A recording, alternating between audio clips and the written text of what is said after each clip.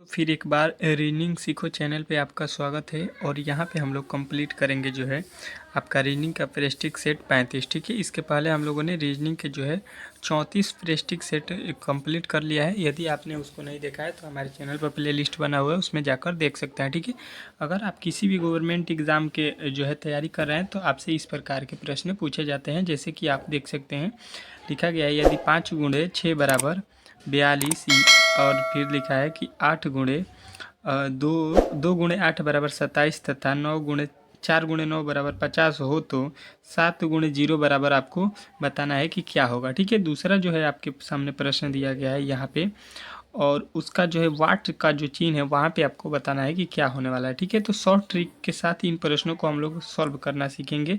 तो please video को अंत तक देखिएगा, और हमारे चैनल पर नए आए हैं तो प्लीज़ ज़रूर चैनल को सब्सक्राइब कीजिएगा। ठीक है, चलिए यहाँ पे पहला प्रश्न आपके सामने आ चुका है। बहुत ही इंपॉर्टेंट प्रश्न है, अच्छे तरीके से देखना है। ठीक है, कह रहा है 289, यहाँ पे लिखा गया है 121 और यहाँ पे लिखा गया है 169। तो अगला जो यहाँ पे वाट का चिन्ह है वो क्या होने वाला है, ठीक है, ये आपको बताना है। ठीक है, तो सबसे पहले देखिए यहाँ पे जो आपका यहाँ पे पहला जो लिखा गया है, तो यहाँ पे देखेंगे तो ये जो है 13 का जो है स्क्वायर होता है। ठीक है, यहाँ पे देखेंगे तो ये 11 का स्क्वायर होता है, और इसको देखेंगे तो ये किसका होता है, तो ये होता है 17 का स्क्वायर। ठीक है, अगर हम देखते हैं तो यहाँ पे 11 और प्लस 17 जोड़ेंगे तो कितना हो जाएगा, जोड़ेंगे तो ये हो जाएगा आपका 28। ठीक है, तो यहाँ पे हम लोगों ने यहाँ पे तो हो गया 13, तो यहाँ पे अब किसका स्क्वायर करेंगे, तो 13 जो है, और 13 जो है 28 में से घटा लेंगे तो कितना आ जाएगा आपका 15।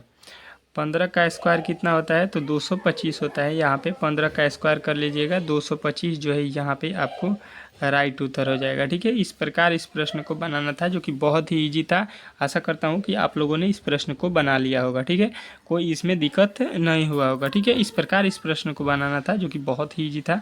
ठीक है, अगला प्रश्न देखते हैं। यहाँ पे आपके सामने आ चुके कह रहे छः बच्चे ABCDEF एक पंक्ति में खड़े हैं। एक पंक्ति में 6 बच्चे जो खड़े हैं, जिसमें आपको बताया जा रहा है कि बी जो है F और D के बीच में है। ठीक है, यहाँ पे देखिए बी जो है F और D के बीच में है। F और यहाँ पे लिख देते हैं, और D यहाँ पे दोनों के बीच में है। E जो है A और C के बीच में है। ठीक है, E जो है E बोला जा रहा है कि A और C के बीच में है। ठीक है, A न तो F के साथ खड़ा है और न ही D के साथ खड़ा है। यहाँ पे मतलब उसका जो है साथ खड़ा नहीं है। C जो है D के साथ नहीं खड़ा है। C जो है D के साथ नहीं खड़ा है। ठीक है, अब कह रहा है कि F बच्चे, यहाँ पे लिखा गया है आपका कि F बच्चे के निम्न युग्मों में से किसका जो है किसके बीच में है। ठीक है, F बच्चों के निम्न युग्मों में से किसके बीच में खड़ा है। ठीक है, तो यहाँ पे देखिए अगर हम लोग देखते हैं यहाँ पे, तो यहाँ पे देखिए अगर यहाँ पे ले लेते हैं A, तो A के बीच में E जो है A और E C के बीच में खड़ा है, तो यहाँ पे हो गया। उसके बाद से एक बचा हुआ कौन है, तो इसके बीच में एक बचा हुआ आपका कौन सा है, तो आप लोग बताइएगा कि यहाँ पे जो है एक बचा हुआ आपका 3 3 6 हो गए बचे, तो 3 3 6 हो गए।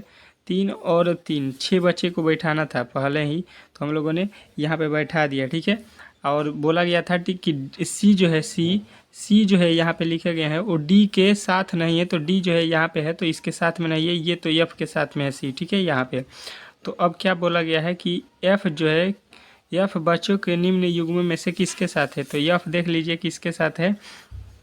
एफ जो है एफ यहाँ पे देखिए बी के साथ है और सी के साथ है, तो एफ देखिए किसके साथ दिखा दे रहा है, तो यहाँ पे देखिए ई के साथ दिखाई दे रहा है। तो यहाँ पे तो एफ जो है ई के साथ तो होगा नहीं, ये तो गलत हो जाएगा। या बी जो है डी के साथ है, तो बी जो है डी के साथ है यहाँ पे। तो यहाँ पे आपको देखिए यहाँ पे आपको बताना है एफ जो है और डी के साथ में है, तो ये भी आपका जो है साथ में है, तो सही है यहाँ पे। अब बी जो है डी के साथ में है, यहाँ पे देखिए साथ में है। अब देखिए कह रहा है अगला बी सी के साथ में है, नहीं ये नहीं है। और यहाँ पे बी जो है ए के साथ में, बी जो है यहाँ पे ए के साथ में नहीं है, तो यानी ऑप्शन नंबर डी जो लिखा गया है कि यहाँ पे कह रहा है कि बी डी के साथ, बी और डी साथ में है, तो यहाँ पे देखिए ये जो है एक साथ में है, आपको दिखाई दे रहा है, तो ऑप्शन नंबर सी जो है इस प्रश्न का राइट उत्तर हो जाएगा। ठीक है, चलिए अगला प्रश्न बहुत ही इंपॉर्टेंट प्रश्न है। कह रहा है किसी कुट भाषा में पी को जो है यहाँ पे देखिए हैशटैग से लिखा जाता है, ए को परसेंटेज से, सी को फाई से, तो यहाँ पे यदि रेट से ई को लिखते हैं, तो इसी कुट भाषा में पी जो है यहाँ पे दिया गया है उसको हम लोग क्या लिखेंगे। ठीक है, तो सबसे पहले पी को देखिए क्या लिखा गया है, ई को लिखेंगे हैशटैग। ठीक है, तो हैशटैग इसमें पहला में नहीं है, ये गलत हो जाएगा। ई को क्या लिखेंगे, तो ई को देख लीजिए हम लोग एदिरेट लिखेंगे। एदिरेट यहाँ पे है, तो यहाँ पे देखिए एदिरेट जो है तीनों में है। ठीक है, उसके बाद से यहाँ पे ए है, ए को हम लोग क्या लिखते हैं, तो ए को परसेंटेज लिखते हैं, तो इसके बाद से परसेंटेज इसमें है, इसमें नहीं है, इसमें है। ठीक है, अब उसके बाद से सी लिखा गया है, सी को हम लोग फाई लिखेंगे,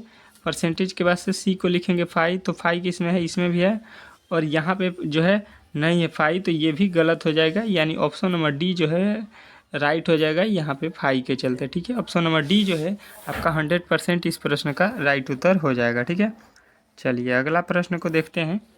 कह रहा है आपका कि कर्नाटक में हाथियों की संख्या प्रत्येक वर्ष बढ़ रही है, निम्न सूचना से वर्ष 2006 में हाथियों की संख्या ज्ञात करना है। 2006 में हाथियों की संख्या आपको बताना है। ठीक है, तो देखिए पहले 12 हुआ, 12 से 24 हुआ। ठीक है, और 2 गुना बढ़ रहा है, फिर 24 दूना 48, 48 दूना 84, 84 दूना दूना नहीं हुआ है। ठीक है, यहाँ पे 132 लिखा गया है, तो दूना तो नहीं हुआ, 48 का भी दूना नहीं हुआ। तो अगर आप लोग यहाँ से देखेंगे तो पहले बढ़ा 12, 12 के बाद से बढ़ा 24, 24 के बाद से देखिए यहाँ पे कितना बढ़ा, तो यहाँ पे जो है आप लोग देख सकते हैं कितना बढ़ा है, 36 बढ़ा है। ठीक है, उसके बाद से यहाँ पे देखिए कितना बढ़ा है, तो यहाँ पे जो है 12 में से 4 जाएगा 8, और यहाँ से जो है आपको कितना बचेगा, यहाँ पे जो है 4, 48 बढ़ा है। ठीक है, तो देखिए यहाँ पे कितना बढ़ेगा, देखिए 12, 12 दूनी 24, 12 3 36, 12 चौके 48, तो 12 25 60 बढ़ा दीजिए इसमें, तो यहाँ पे हो जाएगा 2, और यहाँ पे हो जाएगा 13 6 19, 192 जो है, और जो है अगले जो है 2006 में हाथियों की संख्या बढ़ेगी, कितना हो जाएगी बढ़ के 192, 192 जो है आपके राइट आंसर हो जाएगा ऑप्शन नंबर सी। ठीक है, इस प्रकार आपको बनाना था, जो कि बहुत ही इजी प्रश्न था। ठीक है, कोई इसमें जो है इशू नहीं होना चाहिए, आराम से इसको आप लोगों ने कर लिया होगा। ठीक है, यहाँ पे कह रहा है यदि 5 गुणे 6 बराबर 42 लिखा है, और 2 गुणे 12 बराबर 27 तथा 4 गुणे 9 बराबर 50 हो, तो 7 गुणे 0 का वैल्यू जो है आपको बताना है। ठीक है, तो यहाँ पे अगर देखेंगे कि किस प्रकार 5 गुणे 6 को 42 लिख रहा है, तो हम लोग देखेंगे कि 5 में अगर 1 जोड़ देते हैं, 5 में 1, 5 में अगर जो है 1 जोड़ देते हैं, और जो है यहाँ पे लिखा गया है 6, तो 6 में जो है 1 जोड़ देंगे और गुणा करेंगे तो कितना आ जाएगा, 5 1 6 और 6 1 7, 7 छक्का 42 हो जाएगा। ठीक है, उसी प्रकार यहाँ पे देखेंगे तो 2 में 1 जोड़ेंगे 3 हो जाएगा, और गुणे 6, और यहाँ पे 8 में 1 जोड़ेंगे 9 हो जाएगा, तो 9 3 27 हो जाएगा। ठीक है, उसी प्रकार यहाँ पे 4 में 1 जोड़ेंगे 5, और 9 में 1 जोड़ेंगे 10, 10 5 50 हो जाएगा। उसी प्रकार यहाँ पे लिखा गया 7, 7 में 1 जोड़ेंगे 8 हो जाएगा, और 0 में 1 जोड़ेंगे 1 हो जाएगा, तो 8 1 में 8 हो जाएगा, जो कि ऑप्शन नंबर ए में दिया गया है, जो कि आपका 100% राइट उत्तर हो जाएगा। बहुत ही इजी प्रश्न था, थोड़ा सा आपको दिमाग का यूज करना था, जो कि आपसे बन जाएगा, आशा करता हूँ। अच्छे तरीके से प्रश्नों को समझिए, बहुत ही इजी प्रश्न है, थोड़ा थोड़ा दिमाग का यूज़ कीजिए। ठीक है, और कोई भी प्रश्न भारी नहीं होगा। ठीक है, थोड़ा सा अगर यूज करते हैं दिमाग का तो। ठीक है, कह रहा है श्री सेन एक मेहनती श्रमिक हैं, वह प्रतिदिन 200 कमाता है, औसतन वह 75 भोजन पर व्यय करता है, 10 कपड़े पर और 50 ऋण की वापसी पर, 10 सामाजिक सेवा पर और 30 अन्य क्रियाकलापों पर। शेष राशि वह अपने बैंक खाते में जमा कर देता है।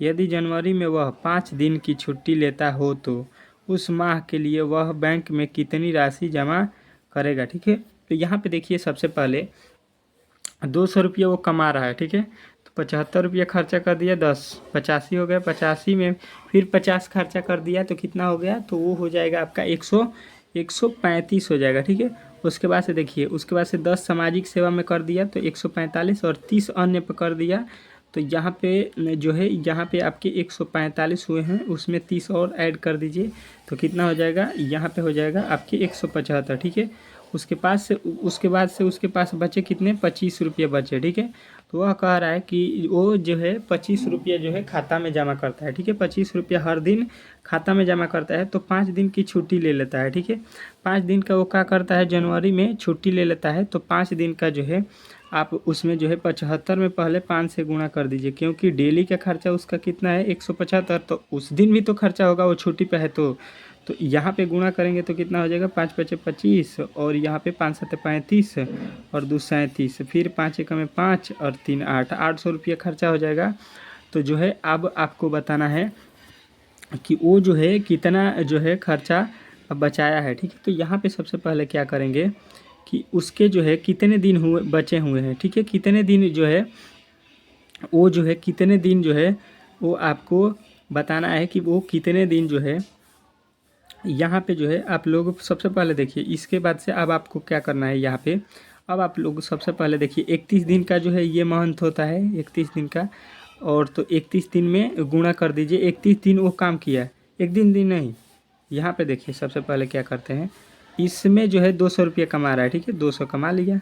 उसके बाद से वो 5 दिन कम काम किया है, 5 दिन छुट्टी पे है, तो कितना हुआ, जनवरी 31 दिन का होता है तो 5 दिन कम कर देंगे तो 26 दिन हो जाएगा। टोटल गुणा करेंगे तो कितना आ जाएगा, 5,200 रुपया उसका कमाई हो गया। ठीक है, उसके बाद से देखिए वो कह रहा है कि जो है उसमें जो है 26 दिन उसने काम भी किया है और उसका खर्चा कितना है, तो खर्चा निकालेंगे तो 175 रुपया खर्चा आया था, तो 26 गुणे 175 कितना आ जाएगा, 4550 रुपया। ठीक है, तो इसमें से घटाएंगे तो कितना आ जाएगा, 650 रुपये। 650 रुपये जो है उसका जो है और बचत हो जाएगा। जमा की गई राशि कितना हो जाएगा, 650। 650 जो है आपके ऑप्शन नंबर डी में दिया गया है, तो डी जो है इस प्रश्न का राइट उत्तर हो जाएगा। ठीक है, चलिए अगला प्रश्न को देखते हैं। यहाँ पे अगला प्रश्न आपके सामने आ चुका है। क्या कह रहा है आपका, कह रहा है कुछ घोड़े और उतनी ही संख्या में आदमी वहीं जा रहे हैं। आधे आदमी अपने घोड़े पर बैठे हैं जबकि शेष आदमी अपने घोड़े का नेतृत्व करते हुए पैदल चल रहे हैं। यदि जमीन पर चल रहे पैरों की संख्या 70 हो तो बताइए कि घोड़ों की संख्या कितनी है। ठीक है, यहाँ पे देखिए सबसे पहले क्या करेंगे हम लोग कि घोड़ों की संख्या मान लेते हैं, और यहाँ पे घोड़ों की संख्या मान लेते हैं, नहीं मालूम है तो x, और आदमी की संख्या भी नहीं मालूम है तो इसको भी मान लीजिए x। ठीक है, तो घोड़ों के पैर कितने होते हैं, 4 पैर होते हैं, तो 4x हो जाएगा। और यहाँ पे जो है कह रहा है क्या कि जो है घोड़ा पे जो बैठे हुए आदमी है वो कितना है, 2 गुना है और उसका आधा है, तो x/2 आधा हो जाएगा, उसका 2 गुना कर दीजिए 2 से, और टोटल मिला के वहाँ पे कितने लोग पैरों की संख्या है, तो 40 है, 70 है, सॉरी 70। तो यहाँ से 2 से 2 कट जाएगा, तो यहाँ पे बचेगा 4 1 5 x बराबर यहाँ पे 70। 14 के पहाड़ में 14 5 70, तो आपका ऑप्शन नंबर जो है सी जो है इस प्रश्न का राइट उत्तर हो जाएगा। ठीक है, सी जो है इस प्रश्न का राइट उत्तर आ जाएगा। ठीक है, चलिए अगला प्रश्न को देखते हैं। यहाँ पे कह रहा है कि यदि एक पार्टी में प्रत्येक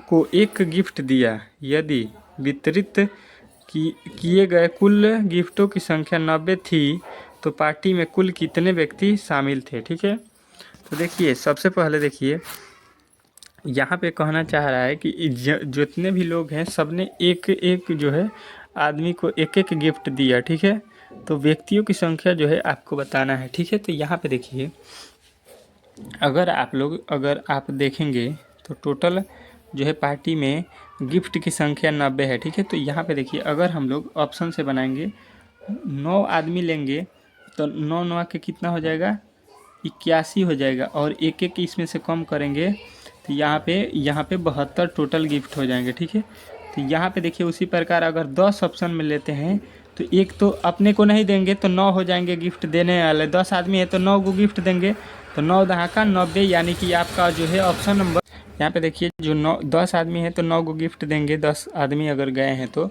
9 गिफ्ट देंगे, तो 9 दहा का 90 गिफ्ट हो जाएगा, जो कि आपके ऑप्शन नंबर बी के अनुसार जो है राइट आंसर हो जाएगा। 10 आदमी होंगे तो 10 आदमी गए हैं तो टोटल कितने आदमी बच गए, तो उसमें से एक जो है गया है वो, और 9 आदमी को शेष वो जो है गिफ्ट देगा, ठीक है। तो 90 गिफ्ट हो जाएगा आपका राइट उत्तर इस पर का, ठीक है। चलिए अगला प्रश्न को देखते हैं। यहाँ पे कह रहा है, यहाँ पे आपका अगला प्रश्न कि कुछ मित्रों ने मिलकर एक पिकनिक पर जाने की सोची, ठीक है, तथा जाने पर उसे 96 खर्च करने का प्लान बनाया, परंतु उसमें से 4 पिकनिक पर नहीं जा सके। परिणाम स्वरूप प्रत्येक को 4 अधिक देने पड़े। तो निम्नलिखित तो कितने लोग पिकनिक पर गए, ठीक है। कह रहा है कि 96 खर्च करने का प्लान बनाया, 96 रुपया वो खर्च करना, परंतु उनमें से 4 पिकनिक पर नहीं जा सके, 4 जो है पिकनिक पर नहीं जा सके, तो प्रत्येक को 4 अधिक देने पड़े, 4 रुपया अधिक जो है देना पड़ा एक एक को, ठीक है। तो बताना है कि कितने लोग जो है पिकनिक पर गए थे, ठीक है। तो ये जो है आपको यहाँ पे ऑप्शन के अनुसार बनाना पड़ेगा, ठीक है। यहाँ पे देखिए पहला जो है 8 है, ठीक है। 8 जो है 8 पिकनिक पर अगर लोग जाते हैं तो कितना हो जाएगा, 8 जो है अगर पिकनिक पर जाते हैं तो यहाँ पे देखिए सबसे पहले 96 रुपया खर्च करना पड़ रहा है एक आदमी को, ठीक है। तो यहाँ से अगर 4-4 रुपया अधिक करेंगे, तो 4-4 रुपया अधिक करेंगे तो यहाँ पे देखिए 4 वाला जो है दूना हो जाएगा, तो 8 ही आपका राइट उत्तर हो जाएगा, ठीक है। 8 जो है इस प्रकार राइट उत्तर हो जाएगा, क्योंकि 96 जो रुपया लग रहा था उसमें 4 और ऐड हो रहा है, तो आपका जो है 8 जो है इस तरह से आपका करेक्ट उत्तर हो जाएगा, ठीक है। क्योंकि जो है 96 रुपया पहले लग रहा था, जिसमें से 4 लोग नहीं जा रहे हैं, तो कुछ लोग 4 पिकनिक पर नहीं जा रहे हैं, तो 4 रुपया अधिक लग रहा है, ठीक है। तो इसके अनुसार यहाँ पे 8 जो है राइट उत्तर हो जाएगा, ठीक है। इस प्रकार इस प्रश्न को बनाना था। आशा करता हूँ कि ये वीडियो आपको अच्छे तरीके से समझ में आ गया होगा, ठीक है। चलिए मिलते हैं अगले वीडियो में, तब तक के लिए धन्यवाद, ठीक है।